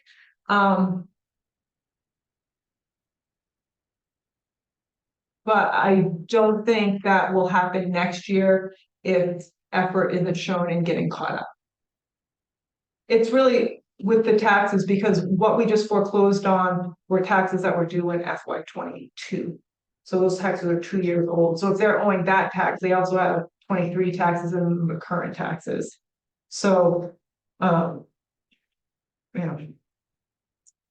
but we don't, the ones from last year that we foreclosed on, they were taxes from back in 2010. Ah. So there was a lot of interest and fees accrued on those properties. and certainly some of those are back on the tax rolls now. Yes, they're all back on the tax roll. Well, all but one's back on tax rolls. One was a mobile home in which the public works took care of. And that's why we have always on the town warrant, we have the opportunity not to foreclose on something. Because if we did, we would end up owning the liability. Yes. We spent money to take care of that property that we foreclosed on. And sold it. No, we weren't able to sell it. We had to dismantle it Haul it to- into a dumpster. Well, what about the land? If there is a mobile home, modular home on a piece of property, it's taxed with the property, right? But if it's just the home and it's not on property, rented land. you just take the trailer. I got the picture. And then the other was municipal revenue sharing. We had talked about that last time. So right now, our municipal revenue sharing is coming in as the state projected. So the state projected that we were gonna get just under 500,000. We're coming in along those lines, so that's great. We have 260,000 that we've over collected from previous years. So if we collect 5, we just need to take 50,000 from what we've over collected to make our 550 for the current year, which will leave us 200 to put towards this year. So right now, the state's projecting us to receive 430.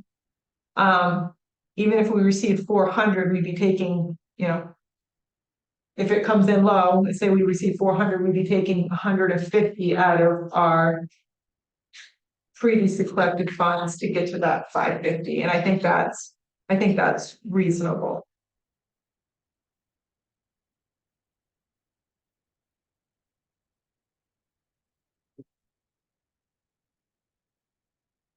So there's a increase in the revenues from the last time based on those items. And based on the last select board meeting, when they talk about solid waste, is the $3 trash tag still? So they haven't made a decision on the trash tag yet, so that was just a discussion item. Oh, That will go back to the board.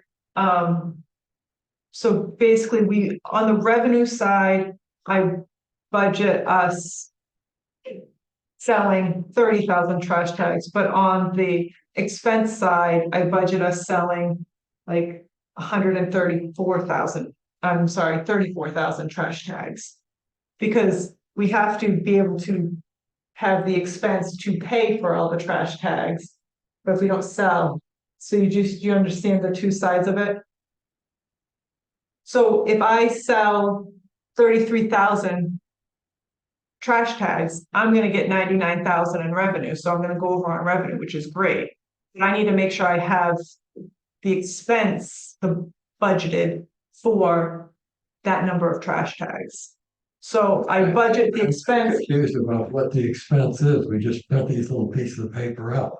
we pay, a Richard Plummer based on Okay.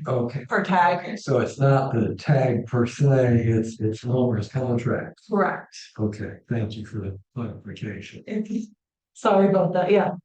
Yeah, so that budget item, so we're budgeting that at more trash tags than the revenue And he agreed to renew his contract for 1 year. for 1 year. And it's looking.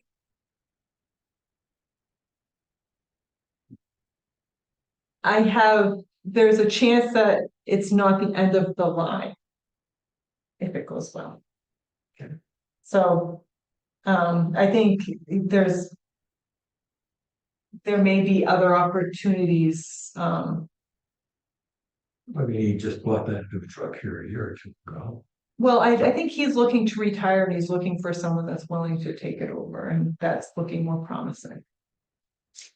So he sell the truck to somebody, he leaves contract with somebody. Whoever buys his business would buy that contract. Recently there was a shortage of the tags at the little store. And I'm wondering if the 90,000 is the right number. We budgeted 100,000 previous year. But that's also, if you're looking at what we are receiving. So we're not, so in FY 23, we received just under 90,000. We received 88,000, we sold 88,000. Okay, I guess my question is, are the tags available to the public for purchase?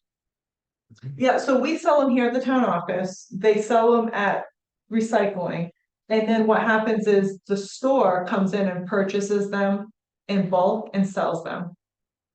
So we sell them to the store, who then goes down to the store and sells them to people. And when we sell them, we're selling them wholesale to the store in essence. Well, so what the agreement historically has been is they buy them, they buy a pack of 300 and they get 5 tickets.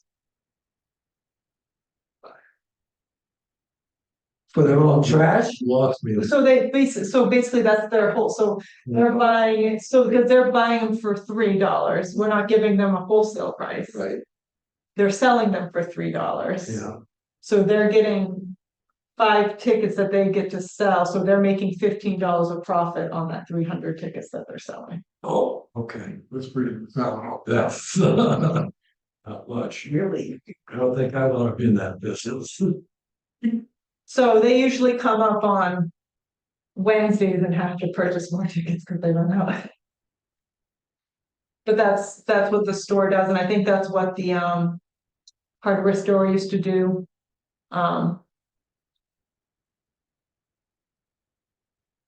They purchase them from us so that they can sell them down there. But we buy the tickets at like 20,000 at a time. So we have them made, like we'll have 20,000 tickets made. So there should be some, if somebody wants to buy it. Yes. Okay. We just got a fresh batch, so. Cause everything's different. Some people buy them weekly, some people will come in, buy their tickets for the year, so. It varies on how people purchase their tickets, Try to get my time whack. yes. That lasts 3 months or so. Yeah. So it just depends. Well, were there, recycling material sales? I saw in the newsletter that, that it's scheduled for April. And we're already above the budgeted. And so is a typical, it's every 6 months. Would that be like $3,000? I mean. Well, so far, so from the first one, we received 1,50, and we budgeted 2,000. So but the recyclable sales is 20, I'm on line 20. okay. Like, So that isn't that isn't our biannual collection day. That's our cardboard. So where is our biannual collection? That is disposal fee, which is line 17. okay, That's the one it's coming up in April. Yes. going back to line 20, do we sell anything other than cardboard? Not at this time. Okay, So these would be better, feel free to ask again next week when our director is here okay. to correct me if I misspeak, but Well, cardboard is the item. How about not? Don't we get anything? We do metal. Okay. See, we have a metal dumpster. We sell that, right? And where does that show? It would be under this recycling item Okay, so that is both metal and or cardboard. and any other materials that you may get money from. And then that's my question, what, Right, so okay, next next week we will have solid waste director here. But it will, it's a separate metal dumpster, cardboard for one that we bill separately. We pay for the single stream, we don't get any funding for that. Right. I don't think we pay or receive anything for the light bulbs, but that might go under general disposal opposed. That's the old spiral bins. Those are hazardous waste. So You get money for tires? we don't pay tires. Oh, totally. So once we stop being a transfer station, Yep. we stopped taking tires and we went to the twice a year collection. So there were several items that under that recycling can't take that transfer station can. And so that's one of the discussion items that we've been having with the select boards about applying to the state for our transfer facility license so that we can get back up to taking everything that we used to take. So what's holding that back? We need to apply for the state for that license. So it's basically a question of staff time to put the application. Well, and it's a discussion at the board level on whether it's getting permission to apply to get our license. We think that to get our license, we'll have to create that second entrance, which is something that Public Works is confident that they can do for minimal cost of just the materials. So we're working to put together kind of a draft program and application to bring to the select board. And then we would, if we get their blessing, then we'd go to the apply to the state. And once we got to our recycling facility license, we'd be able to take items like we used to be able to. So when we were at the recycling barn, we were operating as a transfer facility, even though we weren't licensed to be a transfer facility. Well, it sounded like to me that Brian is raring to go Yes. to get his license. Well, because he hears from folks that go and say, when are you gonna be able to take this again? And so it's really getting our services back to where they were. I mean, there's still some items that we might not be able to take, like styrofoam, but there's still, it would expand our offering back to where it used to be. So that's part of that is, I think there was a lot of support for a lot of the things that we used to do that we haven't been able to do. So he would like to be able to offer the services again. Okay, and that would generate additional revenue for the town. Yes, in that we'd be able to, so when people bring us items, we charge them, but then we have to pay to dispose, so. It does, and we'd be able to, like bulky waste, instead of taking it twice a year, we'd be able to take it anytime.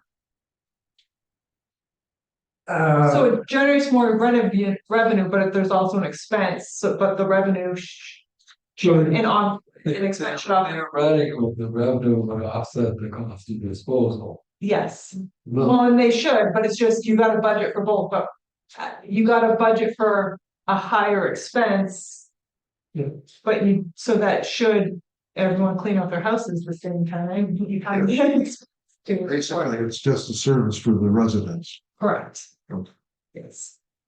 And the goal would be to make it break even for now. So if you're bringing in tires, you're gonna be paying us for what it costs us to get rid of those tires.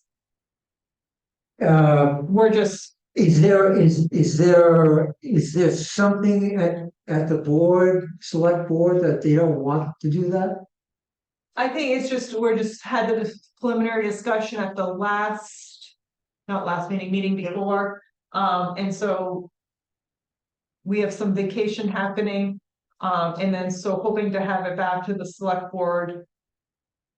Probably not their first March meeting, but their second March meeting. Because there are people going around town on the internet offering to pick up your junk because they can sell it. And Depending on what it is. Primarily metal. And so, And a lot of times they'll Yeah. pick up, if you leave stuff, they'll come and they'll take your materials that had metals and they'll leave the others. it seems to me that there's a potential revenue stream that can be added on to the recycling center if they get the license. Correct. And if DPW can do the work for the egress, it seems like a no-brainer. And one of the revenue streams that I was surprised by that it could lead to is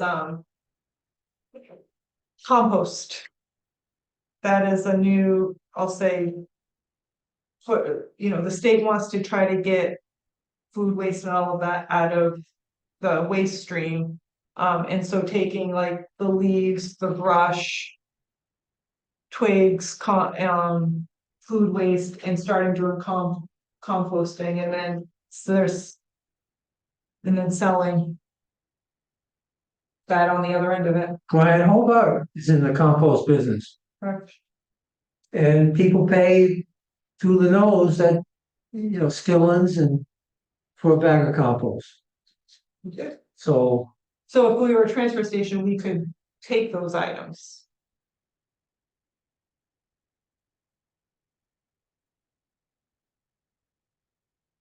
I think folks with bigger properties don't realize like the trouble that leaves cost. Because some people want to bag up and actually bring their leaves somewhere. And we just, at this point, don't have the ability to address some of those services that I think people would like to see. well, that should be on the fast track, in my opinion. Which might have. So any other questions on revenues? Is everyone okay with the new estimated revenues? Any other? We need to look at them one more shot at our last Yes. deal. Maybe a few more changes. I met you halfway so far. So, I have a side note. I know George's goal is 600 for the sharing. Like I said, right now, we're on track to reach the 5. And that's in a good comfort level with right now next year's projections, but I always get nervous with the state. With good reason. So,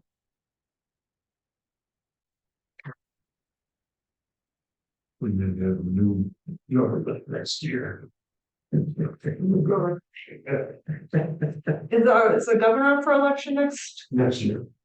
in November? And This November? No, 25. she's trying. Your time with the coming? Yeah. 2 years. Out, that's your 26, okay. because I will say, I mean, our revenue sharing's been going well.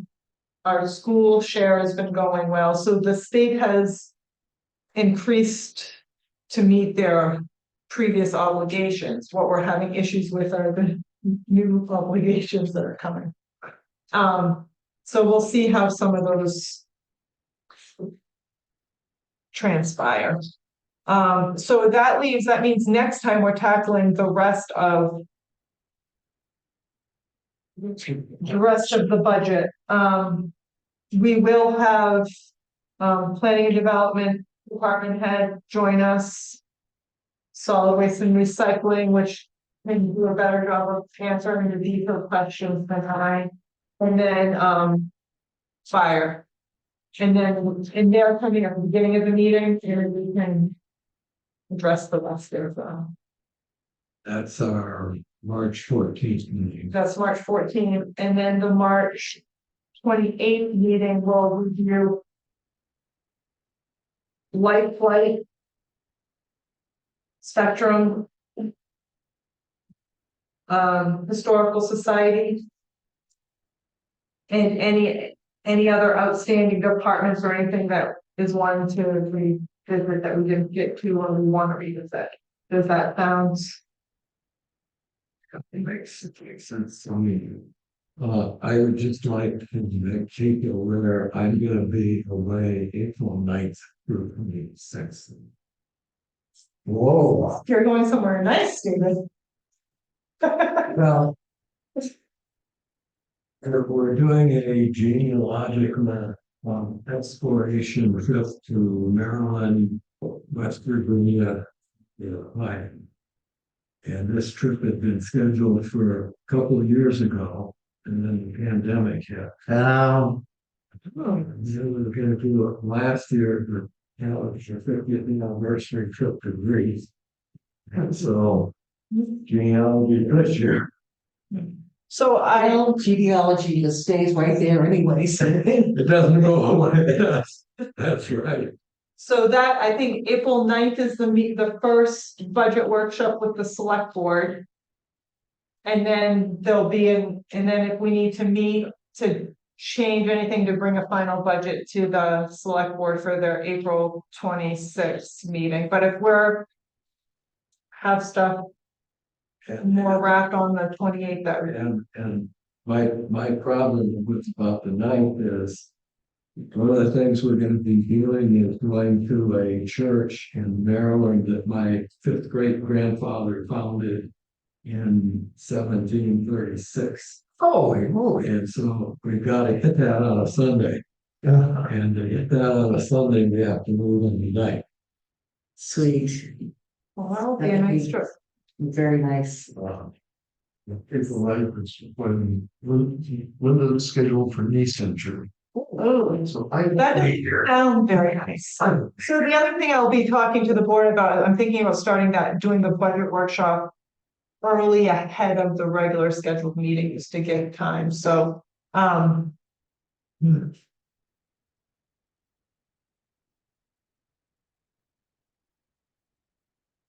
Yeah, very good. Anything else for, you all set? You ready to adjourn? So, second in favor, it's, body board, okay. right, well, thank you all. Good night.